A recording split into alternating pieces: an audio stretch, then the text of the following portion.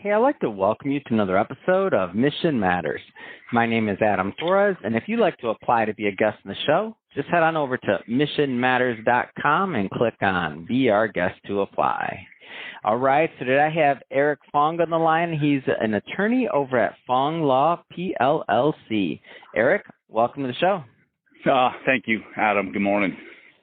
All right, Eric. So excited to learn more about what you're doing over at Fong Law as a trial lawyer, and really just get into what drew you to law, and then how you've managed to grow your practice and really your journey as an entrepreneur. But before we get into all that, I'd like to start this episode the way that we start them all, with what we call our Mission Matters Minute. So, Eric, we at Mission Matters, we amplify stories for entrepreneurs, executives, and experts. That's our mission. Eric, what mission matters to you?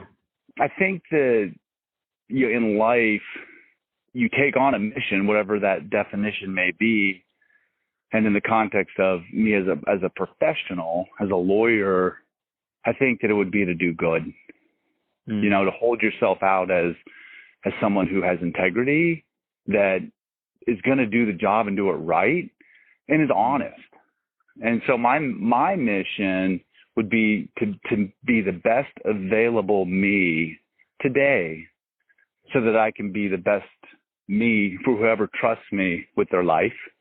It's great. Love bringing mission-based individuals on the line to share, why they do what they do, how they do it, and really what we can all learn from that, so we can all grow together. So great having you on. And Eric, I guess just to get us kicked off here, tell us a little bit more about your background. Did you always know you wanted to be a lawyer, or how'd that come about? No, I'm not sure how many people grow up with huge aspirations to be a lawyer. Yeah, you were talking about. I have one on the show. I'm not gonna lie to you. I have one on the show. He said, "I always wanted to be." I even dressed up for it during Halloween. I called BS. He was like, "No, I swear, my mom will send you the picture."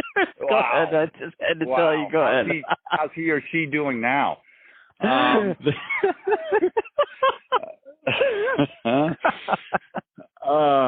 Geez. You were saying, wanting to, your introduction, you're saying, hey, we're going to talk about your law firm and the law, and we're looking forward to hearing that. And I just, I really wonder how many people really want to know what it's like to be a lawyer, and what does that mean? Because in the legal profession, that's like saying, what kind of insect are you interested in? Because there's an infinite number of lawyers and specialties and trades, and people grinding it out, trying to make some money. Other people passionately throwing themselves into a cause, and at the same time going broke and loving it. Other lawyers that are representing corporations and can't stand what they do, but they're bringing back a huge paycheck. And prosecutors that are throwing people in jail. Some, it's their mission to make society better. Others feeling, I'm not sure if this is really good for our community. So me, as a lawyer, and what I do is pretty unique. I'm a trial lawyer. I get up in front of a group of people and tell a story. And I deal with a group, a dynamic that is very bizarre, because you've got a defense lawyer that is taking the same facts, or a prosecutor, or the opposing party, whatever case it might be, that's taking the same facts, but having a different kind of interpretation or spin, or, and you're dealing with the judge that is kind of the official of overseeing everything. So I basically help. The way I like to think of what I do is I help people. I help people go through traumatic events. And primarily right now, I'm fighting the insurance industry. Most of my cases are kind of that battle where I'm dealing with Allstate or Zurich or State Farm, or you name it. Did you always have an interest in story and telling a story? Because I hear you mention that word, and there's a lot of business owners, entrepreneurs, and executives that watch this show, and stories this comes up over and over again. Is that always been one of your things? No, but no, not at all. And the reason why I think for most people is that we ironically, we are programmed and we live our lives through stories. We are genetically, evolutionary, however you want to, view why we're here today. Mm-hmm. We know that story and emotion and plot move people to action, both individually for motivation and emotion. You watch a movie and you just well up, or you hear a song and all of a sudden you're ready to jump through the roof with this energy. Mm. And so people who are in the line of motivation and moving, we know and we study to be successful that a huge way to tap into the heart is story. And so I've been lucky enough to just study it with some of the great, like really professional, like Hollywood screenwriters and actors. And I have friends in interesting places because I seek it, right? There's no end in knowledge. So I've sought out knowledge in unconventional ways. And I've just been blessed with people who share this knowledge and these gifts with me. So no, it was not natural at all. Hmm. That's interesting to me, that you mentioned, Hollywood and some of the best storytellers, because you wouldn't, or I wouldn't, I shouldn't say you wouldn't, but I wouldn't expect for a trial lawyer to mention that that's kind of where some of their coaching and narrative comes from. But it makes total sense after you said it. So I'm in LA, and now that you say that, I'm like, if story's root of everything, it's another format, it's another stage, it's another lens, right? Well, who's mastered it more than Hollywood? They are the king of story, and I'll tell you this, right? If you have a message, if you can't say it within a minute or two, you don't know your message. And there isn't a story in this world that can't be told in 21 minutes and 33 seconds, right? Mm-hmm. Every major CBS, NBC, they have 30-minute slots, X number of time to advertisement. Mm-hmm. Think of the compelling TV series we watch and the story that gets told in that limited amount of time. And I'll be in court and I'll watch really sophisticated, super successful lawyers giving an opening statement that takes 2, 3, 4 hours. And I'm watching people struggling to stay awake. And these are like the greatest, presumably some of the greatest storytellers around, right? Who anyways. So trial law, like you mentioned this as we started talking about this, as we opened up the interview, like what drew you to that? Like versus there was a lot of different paths to go, what drew you there? Yeah. I fell into it. It found me. It was like, you jump, you jump out of a window for safety. I jumped into a window and it was trial law. And I stumbled into it. I went to law school, not to be a lawyer, but to keep going to school. I grew up in a really academically stressed family that I wasn't the first kid to go to college, right? I'm the exact opposite, and I'm very blessed for that. And people who tell me they're the first person ever in their family to go to college, it gives me like these tingles. But I came from a different place, and I rebelled against that. I didn't like it. I actually was a troublemaker, but I did enough to get by. And so I went to law school just to keep the parents happy, and I thought I'd be like an insurance adjuster or something. I got a D in the area of law I practice now in law school, right? And I took the first job I could get because the top quote-unquote jobs, like you said, we're interested here about the lawyer. Me coming out of law school, I would have been fired from the top jobs because I just wouldn't have cut it because I wouldn't have fit the mold. So I took the first job I could get. It was a public defender in a really, kind of rundown, gritty, dangerous town, making $24,000 a year and an opportunity. That was 27 years ago. Yeah, public defenders don't make very much. And I fell in love with it. There was something about this process that, like I said, it found me. I just stumbled along in life and was lucky enough not to, get seriously mangled or killed. And I kept hanging in there and being open to knowledge. And somehow it just happened.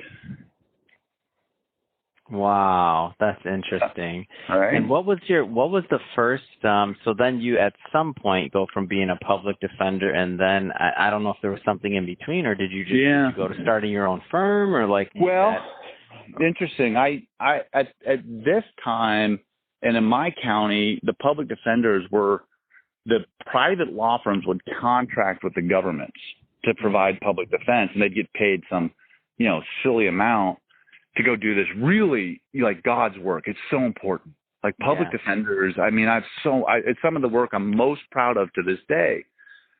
But so I was in a private firm, David Rovang. It was Rovang and Associates. He hired me fresh out of law school, and he was a private lawyer. He did a lot of divorces. And as an intern, I had worked for a personal injury lawyer.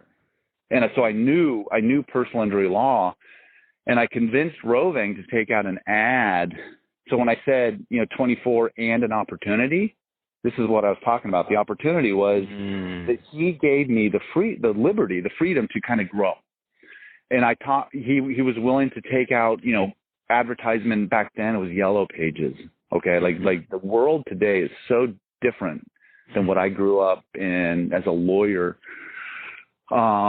But we took out Yellow Page ads, and I quickly built a private practice that, I was juggling at the same time I was doing these public defense cases.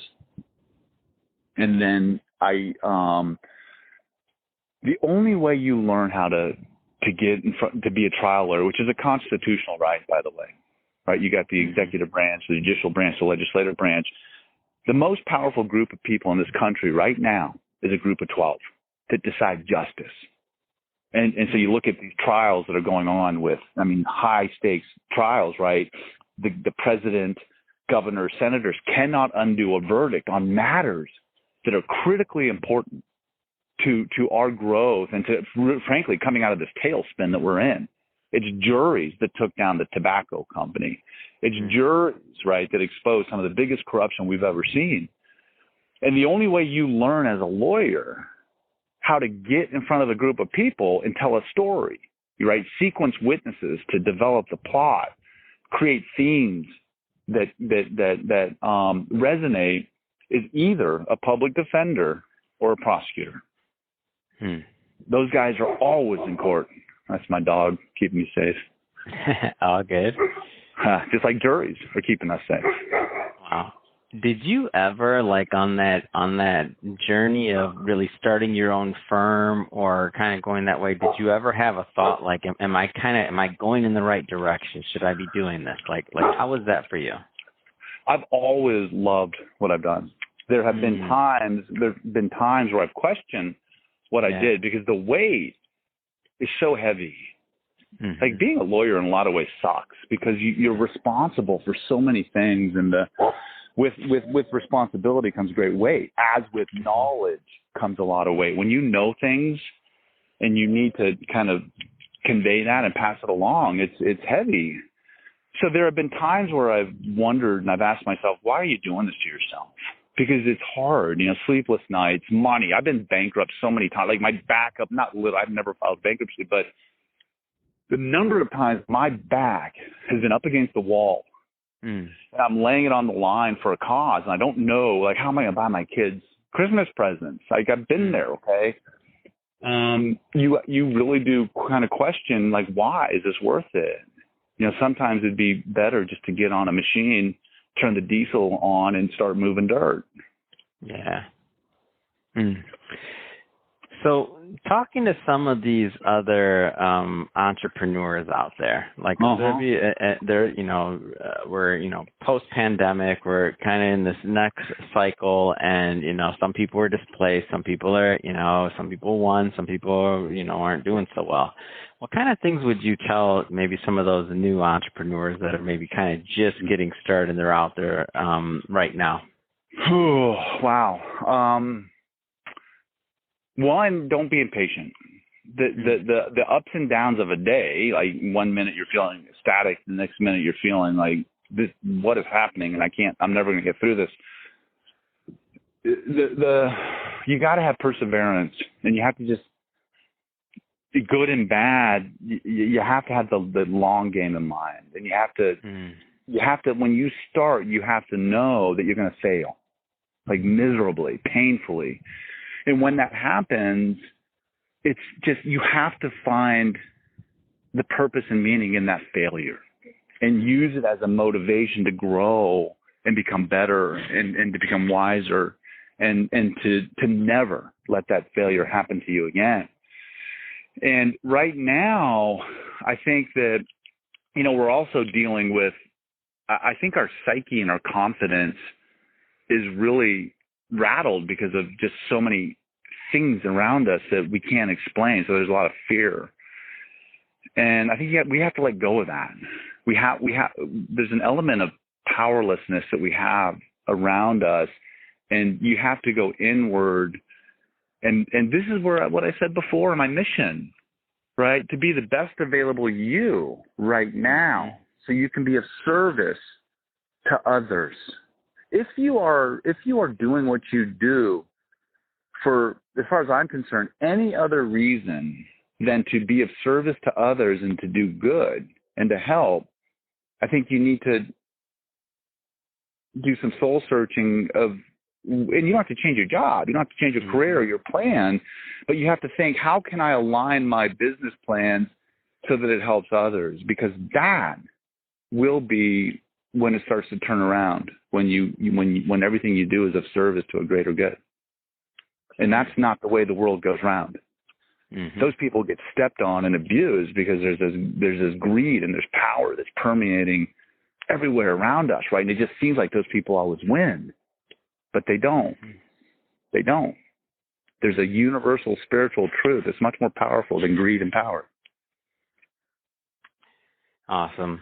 Eric, I got to bring up one other thing because I researched my guest in advance, and I saw on your LinkedIn George Clinton's lawyer and a lot of background in entertainment. Like, how do all these things come about? I don't. George Clinton. I was like, it was on your LinkedIn. I couldn't help it. I had to bring it up. I was like, what? That's awesome. Yep. I've got some stories. Idi Amin's right-hand man, Uganda. Idi Amin is a brutal dictator. And there's a lot of corruption that is actually, like some of these governments that are trying to figure out from colonialism, how do we work? I've been dissed by Idi Amin's lawyer. We were collaborating in Uganda.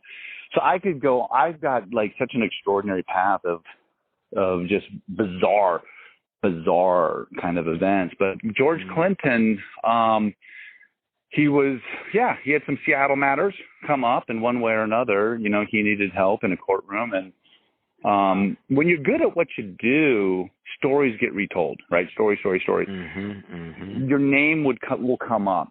And when you make a strong impression on someone, you never know how that will ripple around. And so I don't market, that? I don't spend a penny on marketing. And I have more cases than I want. I could feed, law firms cases that they would love to have because of, the reputation that I've developed by being good at something I believe in.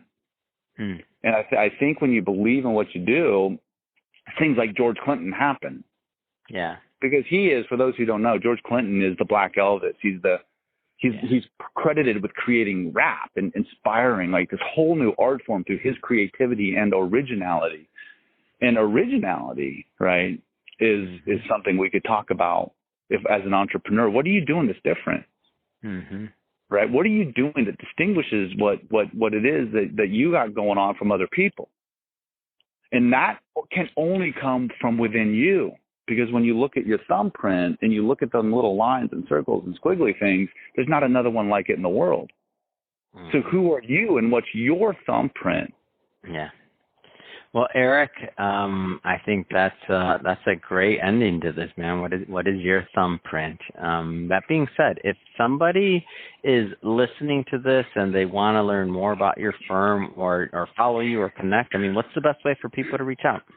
There's not a lot of Chinese trial lawyers that, Fong. So Fong Law is pretty simple. You can call me on my cell phone, 360-621-9557. This day and age, I think you can track anyone down. Fantastic. And we'll appreciate that, and we'll definitely put like your LinkedIn profile, that kind of stuff in the show notes so that our audience can just click on the link and head right on over and connect with you. And speaking of the audience, if this is your first time with Mission Matters or engaging in an episode, we're all about bringing on business owners, entrepreneurs, and executives and having them share their mission, the reason behind their mission. You know, why do they do what they do? Like, what gets them up in the morning and, you know, fired up to go out there into the world and make a difference? If that's the type of content that sounds interesting or fun or exciting to you, we welcome you. Hit that subscribe button. We have many more mission-based individuals coming up on the line, and we don't want you to miss a thing. Eric, really, it has been a pleasure. Thanks so much again for coming on the show and sharing. All right, man. Likewise, and you are so welcome.